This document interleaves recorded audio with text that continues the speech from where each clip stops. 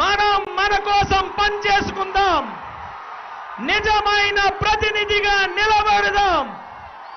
ప్రతి వ్యక్తికి బాధ్యతగా ఉంటాను.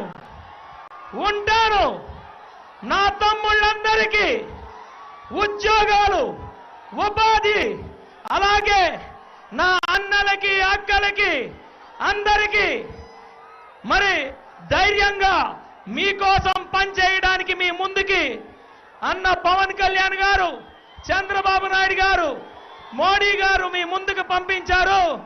మరి గాజు గ్లాసు గుర్తుపై 8వ నెంబరు పోటీ చేస్తున్నాను.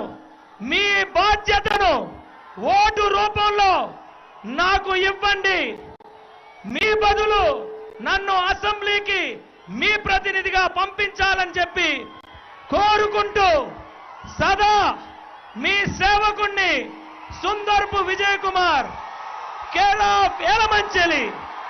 జై హింద్, జై జనసేన, జై తెలుగుదేశం, జై బీజేపీ.